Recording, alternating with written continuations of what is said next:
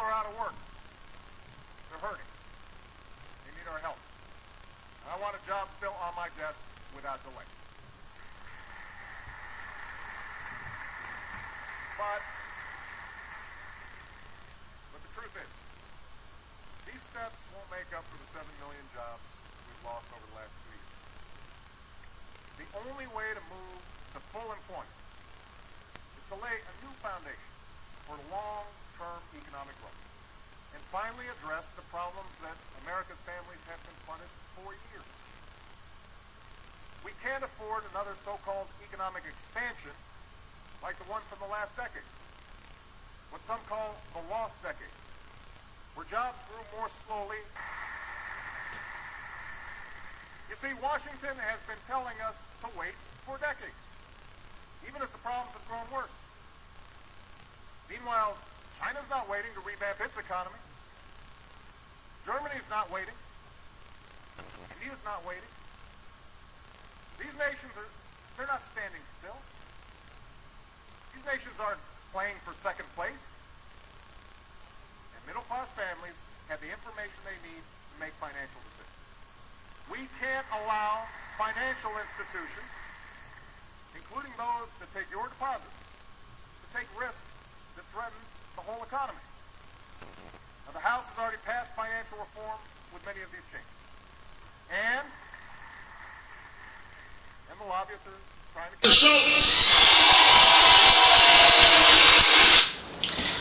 Hello, welcome to the show. It's the D'Angelo Show. Recently in the news, Obama has just made a public State of the Union address. And basically in his address, he was discussing topics about our future, about us Americans, and his visions, and where he sees us going.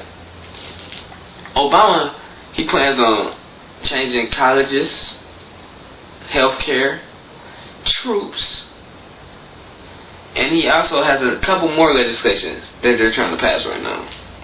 But as far as college educations, my concerns with Obama is planning on increasing Pell Grants, which is a plus, and decreasing loans and interests, which is a plus also.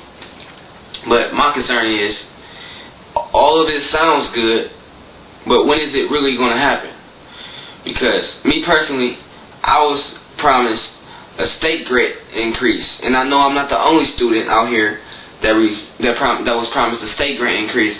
And it took me a whole semester and a half to receive my state grant, and it was supposed to be $1,200, and actually I received $500 through the end of the semester.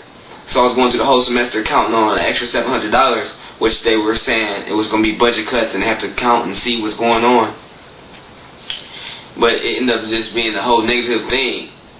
It makes you feel like what is really true with us. And I'm a student just coming out and speaking up, because it's been a lot of problems come to me. Everybody's been talking to me about have they got played on their money. A lot of people haven't received anything. What's the big deal? And another thing he talked about in the speech was about troops. He's planning on sending 30,000 more troops to Iraq. For what? I don't know. For a necessary war that's getting funded by us and the government.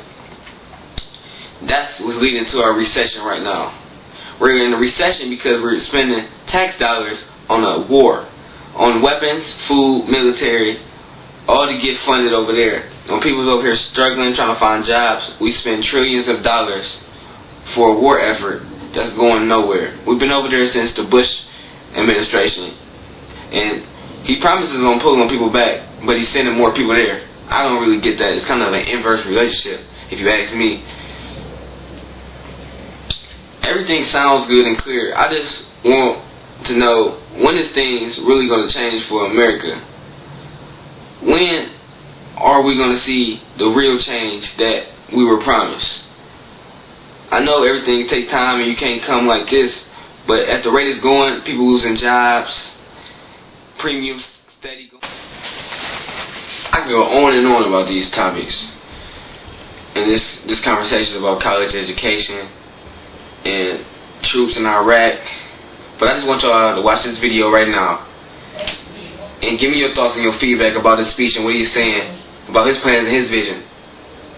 When do you think it's going to be time for all this to take place? When do you think all these plans and all this will actually happen? Because we get a lot of hope and dreams, but I really want to know, when do you really think, and what is the best solution to go at? Do you think this is the right way to send more people to Iraq? Just give me all your ideas and your solutions, and give me your feedback, and stay tuned. The real topics, real people, the realest hosts, only on the D'Angelo Show. Thanks for tuning in to the show. It's your host, D'Angelo.